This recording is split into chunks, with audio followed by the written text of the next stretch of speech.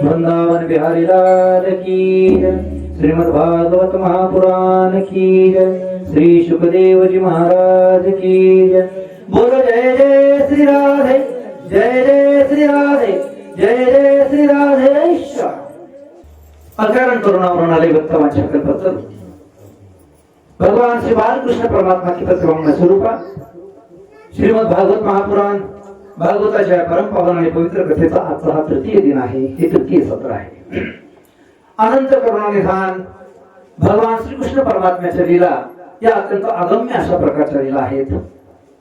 अमोघ अशा प्रकारची भगवान श्रीकृष्ण परमात्म्याची चरित्र कथा आहे। दोन तटांच्या मधून आपली ही कथा गंगा प्रवाहित आहे आणि या कथा रूपी गंगेमध्ये आपण सर्वजण स्नान करत आहोत। कथा गंगेमध्ये स्नान करण्याची फलश्रुती संत महात्मे ठिकठिकाणी संतांनी वर्णन केलेलं आहे। या कथारूपी गंगेमध्ये स्नान करणारा जो भावी भक्त आहे, कथारूपी भागीरथीमध्ये स्नान करणारा जो भावी भक्त आहे, महाराज सांगतायत त्याचा उद्धार तर होतच होतो, परंतु त्याच्या सर्व कुळाचा उद्धार ही भागवत कथा करण्याच्या बाबतीमध्ये समर्थ आहे। कथा भागीरथी स्नान जे करीती त्याचे उद्धरती पूर्वजते, त्याच्या पूर्वजांचा सुद्धा उद्धार या भागवत रूपी कथेच्या माध्यमातून होत असल्या कारणाने भागवत कथा ही आपल्या जीवनामध्ये एक दिव्य अशा प्रकारची प्रचिती प्राप्त करून देणारी कथा आहे।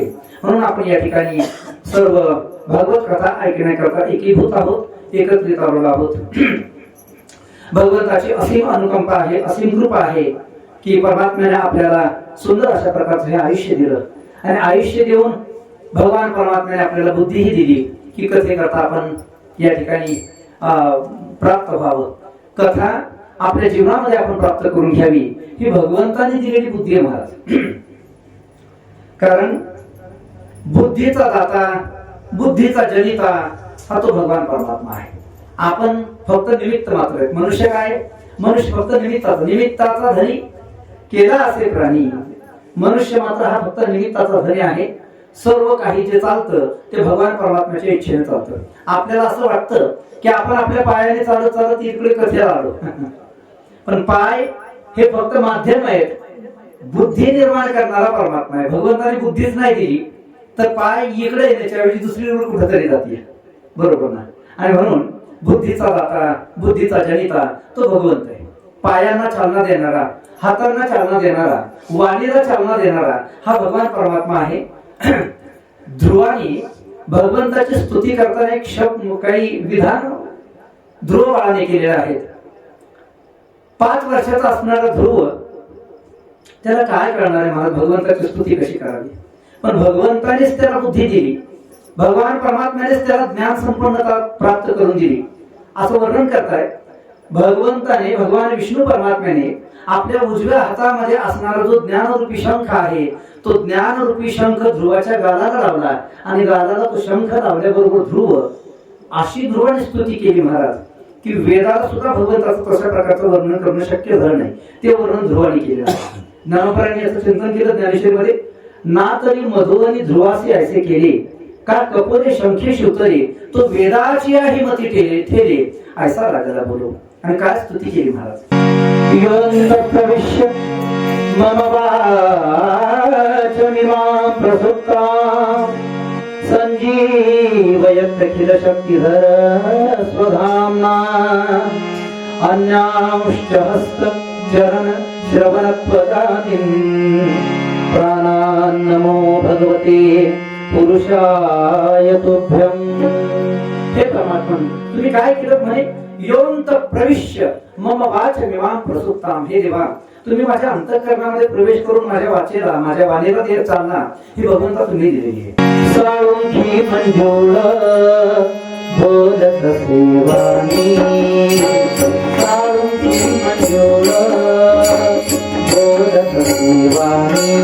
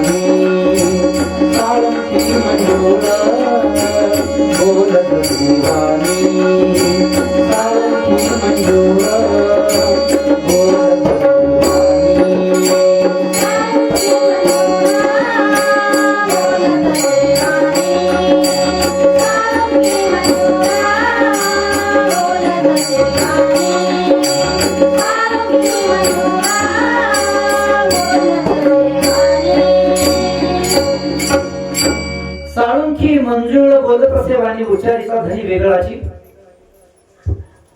वाचा आहे आपल्याकडं पण त्या वाचेला बोलवणारा हा भगवान परमात्मा आहे. पाय आहेत आपल्याकडं पण त्या पायाला चालवणारा परमात्मा आहे. हात आहेत आपल्याकडं पण हाताला चालना देणारा भगवंत आहे. आणि म्हणून संत वर्णन करतात ना, चाले हे शरीर कोणाची सत्य आणि कोण बोलवी ते हरिवीर. त्या भगवंताशिवाय कोण बोलवणार आहे मला, भगवंताशिवाय कोण चालवणार आहे. आणि म्हणून या सगळ्या जगताला चालना देणारा, किंबहुना शरीराला तुम्हा आम्हाला जीवांना चालना देणारा हा भगवान परमात्मा आहे. भगवंताची ही असीम कृपा आहे की आपल्याला अशा प्रकारची बुद्धी निर्माण करून दिली परमात्म्याने की आपण कथेला जावं, आपण कथेकरता येऊन कथेचं श्रवण करावं. कथेच्या श्रवणामध्ये श्रवणाची फलश्रुती सांगत असताना ज्ञानोबा एका ठिकाणी वर्णन करतात, श्रवणाचे मिसे बैसावे येऊनी आणि साम्राज्य भुवनी सुखी नांदे. श्रवण ही अशी भक्ती आहे महाराज. भगवंताच्या भक्तीचे नाना प्रकार आहेत. कोणी देवाची पूजा करत असेल, कोणी नामस्मरण करत असेल, वेगवेगळ्या प्रकारची परिचर्या आहे, कोणी तीर्थयात्रा करत असेल, वेगवेगळ्या प्रकाराने परमार्थ करता येतो, वेगवेगळ्या प्रकाराने भगवान परमात्म्याचं भजन पूजन करता येतं. पण या सगळ्या प्रकारांच्या मध्ये भगवंताच्या भक्ती करण्याचे जे काही 9 प्रकार सांगितलेले आहेत त्याला नवविधा भक्ती म्हणतात. त्या 9 प्रकारच्या भक्तींच्या मध्ये श्रवण भक्ती ही अशी श्रेष्ठ भक्ती आहे की त्या भक्तीमध्ये कोणत्याही प्रकारचे कष्ट नाहीत महाराज, फक्त घेऊन बसायचं ऐकण्याकरता. श्रवण करण्याकरता कोणत्याही प्रकारचा त्रास नाही, श्रवण करण्याकरता कोणत्याही प्रकारचे कष्ट नाही. बोलण्याकरता तरी, नामस्मरण करण्याकरता तरी आपल्याला तोंड हलवावं लागेल, पण श्रवण करण्याकरता काही करण्याची गरज नाही. श्रवणाचे विषय बैसावे येऊन, फक्त येऊन बसायचं आहे आणि श्रवण करायचं. तर श्रवणाच्या माध्यमातून श्रवणाची फलश्रुती सांगतायत की श्रवणाच्या माध्यमातून मनुष्य मात्रांना मोक्षाचं प्रदान करणारी ही भगवान परमात्म्याची गोड अशा प्रकारची कथा आहे. भगवंताची कथा म्हणजे एक प्रकारचा अमृत आहे, लक्षात घ्या. कथा काय? अमृत आहे. म्हणून कथेकरता शब्द वापरतात, कथा अमृत. कथा ही अमृत आहे. अमृताची चव कोणी पाहिली महाराज? आणि अमृताची चव जर पाहिजे असेल तर त्याला इथं बसून थोडीच अमृताची चव कळणार आहे. त्याच्याकरता त्याला जावं लागेल. तद्धाम परमम मम, जावं लागेल. वरती गेल्यानंतर कदाचित जर गेला स्वर्गामध्ये तर अमृताची चव कळेल, स्वर्गात नाही गेला तर कुठून कळणार आहे अमृताची चव? पण अमृताची चव आपल्याला माहिती नाही. अमृत कसं लागतं, त्याची गोडी काय आहे, आपल्याला त्याची कल्पना नाही. पण ज्ञानोपरांनी शब्द प्रमाणाच्या माध्यमातून आपल्याला याचं ज्ञान होत असतं. ज्ञानोपरांनी अमृताची चव सांगितलेली आहे. पहिल्या अध्यायाच्या सुरुवातीलाच, ना तरी अमृत रसा स्वादली रस सकळ म्हणतात ज्ञानोपर. अमृताचा रस असा विलक्षण रस आहे की त्या रसामध्ये जगामधल्या सगळ्यात चांगल्या रसांचा अंतर्भाव हा अमृताच्या चवीमध्ये, अमृताच्या रसामध्ये होतो. म्हणून अमृतापेक्षा श्रेष्ठ रस दुसरा कोणताच नाही. अमृत हा एकमेव श्रेष्ठ रस.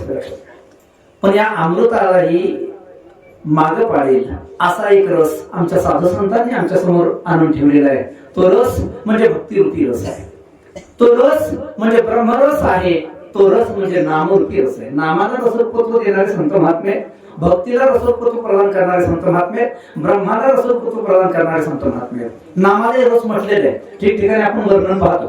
काकड्यामध्ये अगदी मंगलाचरणाच्या सुरुवातीच्या अभंगाची जी मालिका आहे त्याच्यामध्ये एक अभंग आहे, जिभे गोड 3 अक्षरांचा रस, अमृत दयास फिके पुढे. अमृत दयास फिके पुढे. अमृतही त्या नाम रसाच्या समोर फिके. गोडी अमृतही फिके असं वर्णन केलेलं आहे. अमृताहुनी गोड नाम तुझे देवा. अमृताही पेक्षा नाम रूपी रसाला ही अगाध अशा प्रकारची किंमत आहे. अमृताही पेक्षा नामरस हा गोड आहे. अमृत है हरि नाम जगत में, अमृत है हरि नाम जगत में, उसे छोड़ विषय विष पीना क्या, हरि नाम नहीं तो जीना क्या, हरि नाम नहीं तो जीना क्या. भूषण से सब अंग सजावे, रसना पर हरि नाम न आवे, रसना पर हरि नाम न आवे, देह पड़ी रह जाए यहीं पर,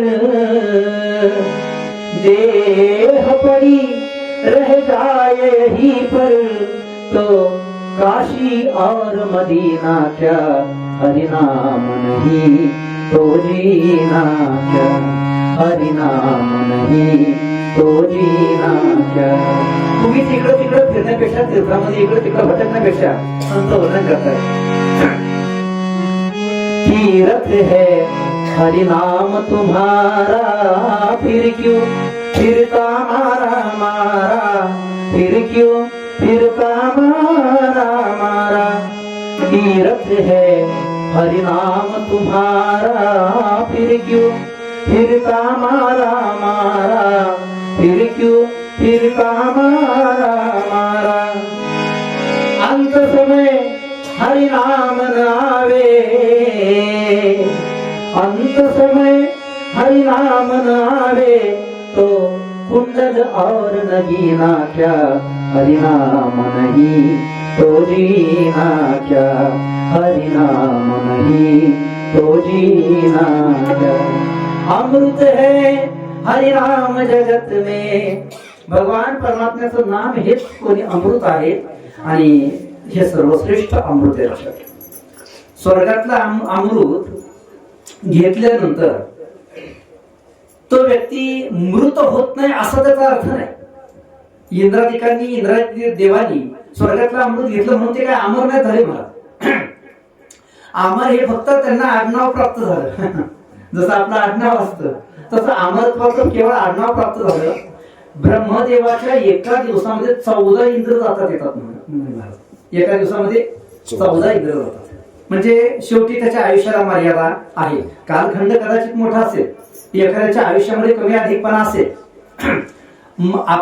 तुमच्या आमच्यासारख्या सर्वसामान्य जीवांचं आयुष्य हे फक्त 100 वर्षापर्यंत सीमित आहे ना. 100 वर्षापर्यंत सीमित आहे. 100 वर्षांचा काळ तोही पाठीमागे गेला. आता 100 वर्ष काय कोणी राहत नाही मला. 70-80 मध्ये सगळे आटोपून घेतात. आणि इथून पुढं लक्ष देऊ नका, इथून पुढचा जो काळ आहे तो एवढा भयंकर आहे की या आयुष्याची जी मर्यादा आहे आता 70-80 वर्षापर्यंत ती आणखी कमी होत होत होत होत होत ज्या वेळेला कलियुगाचा अंत होणार आहे ना त्या वेळेपर्यंत लक्ष देऊ नका, माणसाच्या आयुष्याची मर्यादा ही केवळ 20 वर्षांची राहणार आहे. किती वर्षांची? 20 वर्षांची. त्या 20 वर्षामध्ये जे काय असेल नसेल ते सगळं ओळखून घ्या. फक्त 20 वर्षांचे आयुष्य. आणि त्याची प्रचिती येते आपल्याला. कारण आपल्या आजोबा पंजोबांना जर आपण पाहिलं तर त्यांचं आयुष्य फार होतं आपल्यापेक्षा. आता ती मर्यादा कमी कमी कमी कमी होत चाललेली आहे. आणि साधूंनी संतांनी वर्णन केलं 20 वर्षापर्यंतच्या आयुष्याची मर्यादा ज्या वेळेला राहील त्यावेळेला हे जगत नष्ट होणार आहे, प्रलय होणार आहे. कलियुगाचं आयुष्य सांगितलेलं आहे महाराज. किती आयुष्य कलियुगाचं? 4,32,000 वर्षाचं कलियुग आहे. 4,32,000 वर्ष. हे तोपर्यंत काय अजून आपण म्हणजे आपल्याला तो काळ नाही पाहायला मिळणार, परंतु आपले कित्येक पिढ्या त्याच्यामध्ये जातील. आणि त्यावेळेला माणसाचं आयुष्य 20 वर्षांचं राहणार आहे. लग्न विवाह सोहळा फक्त 5व्या वर्षीच होईल महाराज. फार कठीण आहे मला. साधू संतांनी याचं वर्णन केलेलं आहे. 6 वर्षाची नारी बाळा 6 वर्षाची नारी गर्भिणी होईल असं वर्णन केलेलं आहे. पुत्र तो होईल पितयाचा वगैरे वगैरे वगैरे बरेचसे कलियुगाचं महिमान वर्णन केलेलं आहे. त्याच्यामध्ये आयुर्मान केवळ 20 वर्षांचं त्या ठिकाणी या कलियुगाच्या अंताला सांगितलेलं आहे. मला सांगायचं तात्पर्य असं आहे, आयुष्याची मर्यादा कदाचित कमी अधिक असू शकेल. आपलं आयुष्य 70-80 वर्षापर्यंत आहे. काही पुराणामध्ये इतिहासामध्ये असे काही व्यक्ती होऊन गेलेले आहेत की त्यांच्या आयुष्याची गणना जर आपण पाहिली तर फार भयंकर विस्तृत अशा प्रकारचं आयुष्य त्यांना प्राप्त झालं. आपण कदाचित ऐकलं असेल नसेल, पण लोमश नावाचे एक ऋषी होते महाराज. लोमश नाव आहे त्यांचं. त्यांना रोमहर्षण असे म्हणतात. असं वर्णन आहे की त्या रोमहर्षण ऋषींच्या छातीवर केसांचा एक पुंज होता. असा केसांचा असा गोलाकार असा पुंज. आणि किती करोड केस त्याच्यामध्ये असतील कल्पना नाही, परंतु वर्णन असं आहे की ब्रह्मदेवाचा एक कल्प गेल्याच्या नंतर त्यातला एक रोम झडत होता महाराज. ब्रह्मदेवाचा एक कल्प गेल्यानंतर एक रोम झडतो. ज्या वेळेला सगळे रोम झडतील त्यावेळेला त्याचं आयुष्य संपणार. म्हणजे काय आयुष्य असेल विचार करा. मार्कंडेय नावाच्या ऋषींचं वर्णन आलेलं आहे. त्या मार्कंडेयांचं आयुष्य कित्येक कल्पापर्यंत मार्कंडेय ऋषी जगलेले आहेत. ब्रह्मदेवाच्या आयुष्याची गणित, ब्रह्मदेवाच्या आयुष्याचं गणित हे गीतेमध्ये केलेलं आहे. गीताकार वर्णन करतायत सहस्त्र युग पर्यंत महर्य ब्रह्मणो विदु रात्री युग सहस्त्रांतान ते हो रात्र विदु जना. हजारो वर्षांची ब्रह्मदेवाची रात्र आहे आणि हजारो वर्षांचा दिवस आहे. आयुष्याची काल मर्यादा, आयुष्याचं गणित हे कदाचित कमी अधिक असू शकेल, पण जो आलेला आहे त्याला निश्चित जावं लागणार आहे. इंद्र असलं म्हणून काय झालं, ब्रह्मदेवाच्या एका दिवसामध्ये 14 इंद्र जर जात असतील तर इंद्राला अमर म्हणता येईल का म्हणत? इंद्र हा अमर आहे का? अमर नाही. अमर हे फक्त त्याचं नाव आडनावच म्हणता येईल. स्वर्गातल्या अमृतानं कदाचित आयुष्याची मर्यादा वाढेल पण अमरत्व प्राप्त होणार नाही. पण भगवान परमात्म्याचं नाम असं आहे की त्या भगवंताच्या नामाने जीवाला अमरता प्रदान होते, अमरत्व प्राप्त होतं. तुका म्हणे एका मरणीची सरे उत्तमची उरे कीर्ती मागे. नामस्मरणाच्या माध्यमातून, परमार्थाच्या माध्यमातून जीवाची सत्कीर्ती ही सर्वदूर पसरत असते. या मानव देहामध्ये आल्याच्या नंतर भगवान परमात्म्याने एक विशिष्ट प्रकारची कृपा आपल्या सर्वांच्यावर केली आणि म्हणून आपण या ठिकाणी या कथासत्राकरता उपलब्ध आहोत, उपस्थित आहोत. आपण 6व्या स्कंदाचं चिंतन या ठिकाणी करत आहोत.